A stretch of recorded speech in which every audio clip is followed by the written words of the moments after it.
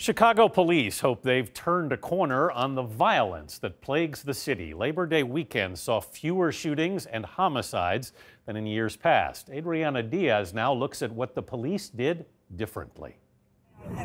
With their city besieged by violence, Chicago police have zeroed in on intercepting firearms like these. Where did you get this gun? Off the streets, people sell them. That are flooding the city. And this week, they had something to show for it. Authorities say these weapons were seized from 27-year-old Clint Kelly, who shuttled them to Chicago from his home state of Arkansas, knowing they'd go to gangs. Since April, Kelly sold 21 guns to his childhood friend in Chicago, who was actually an informant working for the ATF.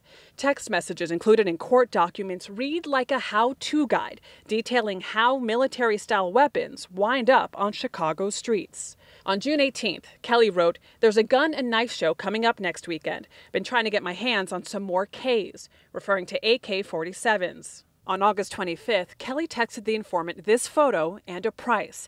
"I'm looking at 7 Gs altogether," adding, "I'm just throwing that little pistol in there 'cause we boys."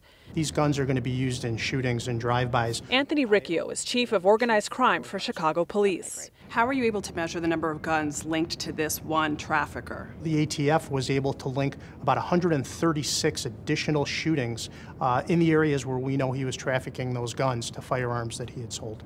The arrest is part of a stepped-up strategy to reduce gun violence. The result? Murders this past Labor Day weekend were down 46% over last year. This isn't a victory, but it's definitely a step in the right direction.